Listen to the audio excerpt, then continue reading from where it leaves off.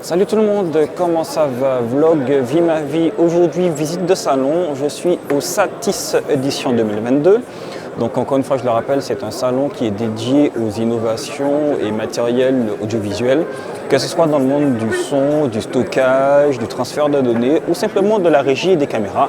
Je vous emmène avec moi visiter le salon. On est parti!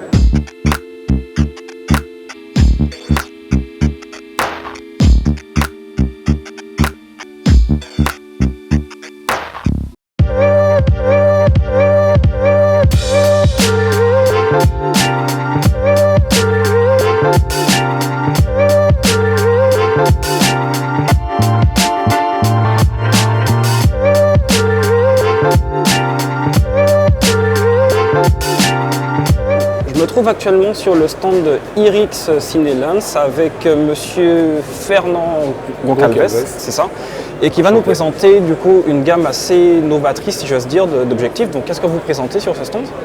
Alors, bonjour à tous. Donc, nous représentons la marque IRIX Lens. Donc c'est des objectifs ciné, ils ont également des objectifs pour la photo. D'accord. C'est une marque qui est jeune, qui a maintenant 5 ans d'activité.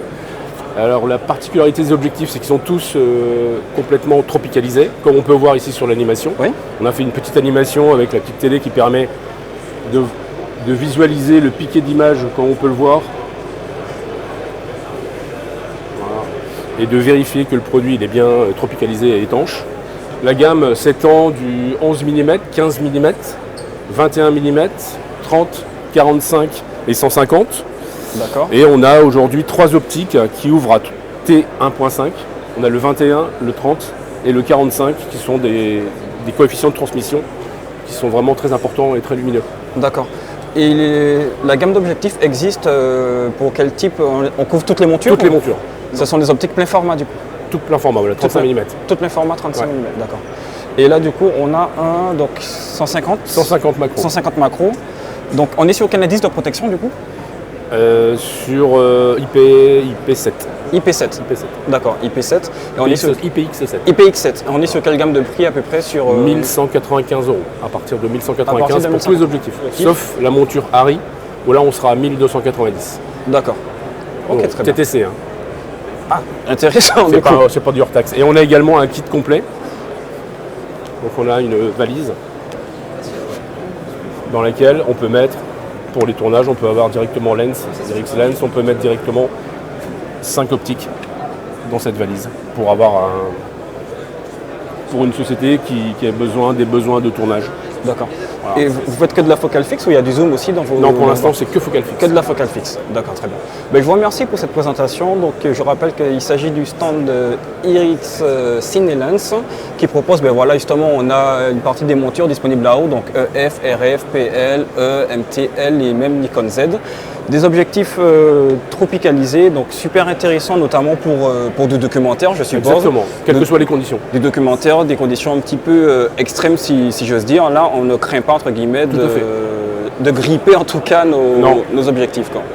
Ben, je vous remercie grandement pour cette présentation et bon salon à vous. Merci à vous.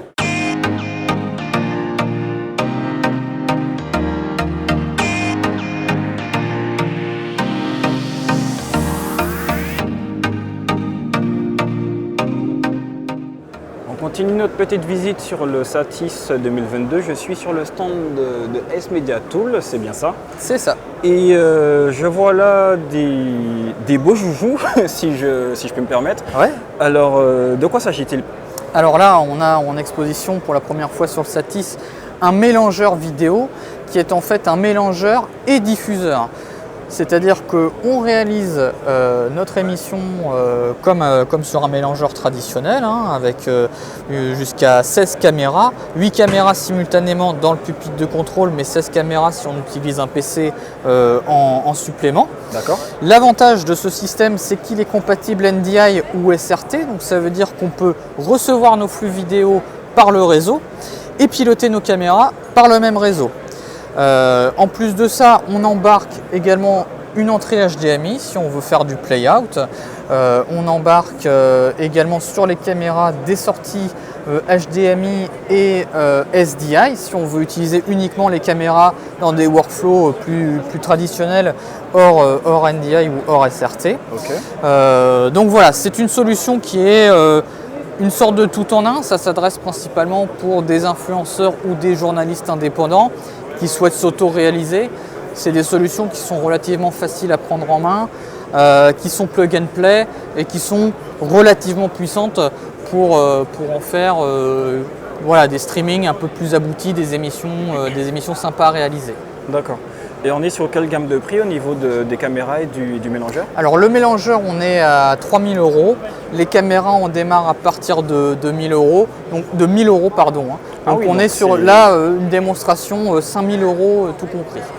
D'accord, 1 000 € Pour les caméras PTZ. Donc PTZ motorisé, c'est agressif quand même comme positionnement. Alors non, on est quand même moins cher que sur Sony ou Panasonic où on est sur le double ou le triple du prix. Oui, Panasonic, faut pas les citer, on est déjà proche de 6 000 € la PTZ. Voilà. Donc on n'est pas tout à fait sur la même gamme de prix, on est sur de l'entrée de gamme de PTZ. D'accord. Alors certains vont trouver ça agressif, mais honnêtement, quand on ramène ça au tarif du broadcast aujourd'hui, c'est vraiment pas cher du tout. Oui. Là, vous avez quand même une caméra qui est pilotable. Oui, tout à donc, fait. pour 1 000 €, vous avez un système qui est pilotable à distance, sans forcément acheter le pupitre. Vous avez un plugin qui est disponible sur OBS ou sur vMix. Donc déjà, vous pouvez faire de la production avec une caméra et une régie vraiment virtuelle. Ah, c'est intéressant, ça. Piloter la caméra, que ce soit la faire pivoter, le zoom, la mise au point, etc. Tout est robotisé. D'accord. Et vous pouvez créer des scènes aussi, chose que vous ne pouvez pas faire par exemple avec une webcam. Oui, forcément. Voilà. Donc on est sur des systèmes un peu plus poussés quand même, on est sur de l'intermédiaire entre du professionnel broadcast et du particulier en tout webcam. Ok, très bien. Et je vois dans la vitrine qui se situe juste là-bas quelques appareils assez intéressants aussi. Oui. Ce que vous faites, je vous invite à aller du côté de la vitrine et me présenter un petit peu ce que vous présentez. Donc je vois de l'émetteur-récepteur donc en sans fil, je vois dans l'encodeur. Donc qu'est-ce qu'on a par ici? Alors du coup ça c'est toute la gamme Matt Jewell et Axoon qui est de la même famille de produits que le mélangeur et les caméras PTZ Optics qu'on a vu. Là on a un kit émetteur-récepteur pour des caméras HDMI ou SDI pour les adapter donc en sans fil. On a toute une gamme ici, alors on n'a pas toute la gamme en présentation, mais on a la gamme Matt Jewell qui sont en fait des encodeurs et des convertisseurs vidéo. Donc qu'on veuille aller dans un sens ou dans l'autre, par exemple du HDMI vers le NDI ou du NDI vers le HDMI.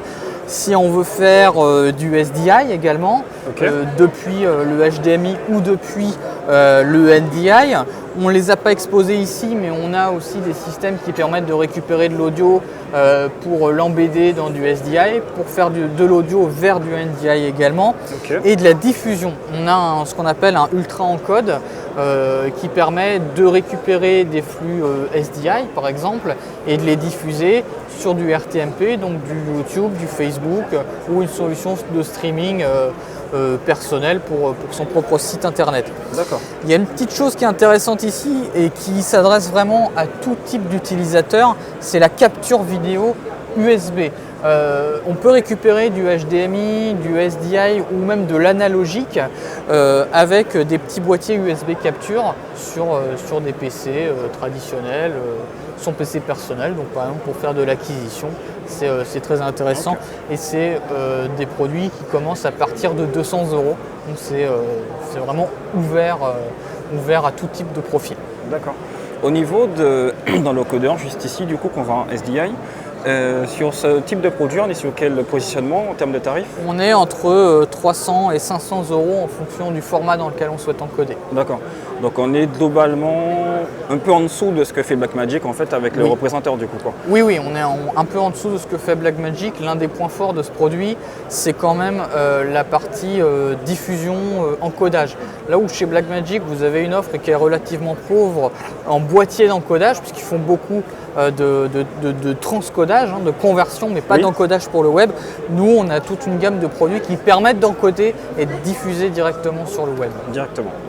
Mais je vous remercie beaucoup pour cette présentation. Donc, je rappelle que nous sommes sur le stand de AS Media Tool. C'est ça. Et vous travaillez du coup avec l'entreprise, vous m'avez dit. Alors du coup, nous on a une double activité de développeur, donc on est là en tant que AS Media Tools, mais aussi en tant que distributeur, là où on vend du Magewell, où on travaille avec AETA sur le développement de technologies de diffusion, et où on revend toute la gamme de produits Lavo en France.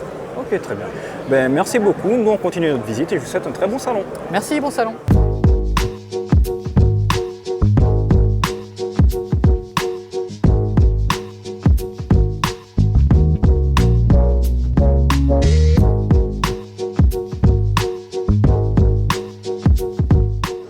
Alors, je suis actuellement sur le stand de l'INA, Institut national de l'audiovisuel. Alors, on connaît l'INA Archive, Oui. mais il y a aussi INA Sup, l'INA Formation. Qu'est-ce que c'est exactement? Alors effectivement, l'INA est connue pour ses archives, mais au-delà de ça, en fait, on a deux autres entités qui sont l'INA Formation pour l'INA Formation professionnelle, pour toutes les personnes qui souhaiteraient se réorienter professionnellement ou acquérir de nouvelles compétences dans le domaine de l'audiovisuel. Et aussi, on a l'INA Sup qui est une autre formule, une école pour les étudiants qui souhaiteraient se spécialiser dans le domaine de l'audiovisuel. Donc pour l'INA Sup, on propose des formations de Bac+2 à Bac+5 et vous avez la possibilité de venir à nos portes ouvertes le jeudi 14 janvier. D'accord. Donc c'est accessible du coup aussi bien pour les étudiants, donc du coup en sortie de bac qui veulent se lancer dans le milieu de l'audiovisuel. Oui. Et aussi bien pour des professionnels en reconversion, montée en compétences.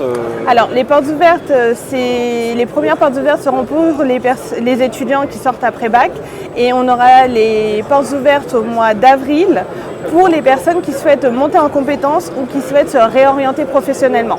D'accord. Et vous couvrez du coup quasiment tous les métiers de l'audiovisuel, donc que ce soit son, image, photo, etc., etc. Exactement. On a un portefeuille qui est assez large et on vise à peu près tous les domaines d'activité de l'audiovisuel qui sont actuellement demandés. D'accord. Donc pour tous ceux qui veulent soit apprendre ou changer de métier, vous allez donc le site c'est... Alors sur le site c'est juste notifier là. Donc je le dis pour que ce soit plus simple, c'est inaexpert.com. Voilà, de toute façon je vais le sous-titrer également. Donc c'est inaexpert.com et vous allez directement sur formation professionnelle et vous aurez tout le déroulant du coup des formations qu'on l'on propose. Ok, très bien.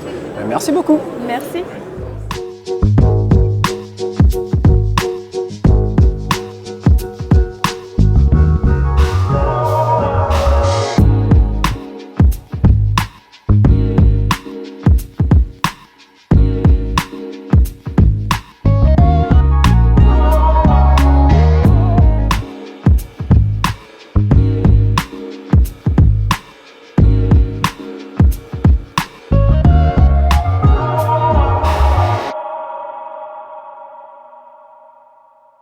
Bon, on va s'arrêter là pour la visite du Satis édition 2022. Pas mal de petites choses intéressantes sur le salon cette année, on va pas se mentir. En tout cas, j'espère que cette visite vous aura plu ainsi que ce vlog. Comme d'habitude, je vous donne rendez-vous au prochain numéro où vous pouvez toujours continuer à vivre ma vie. Salut!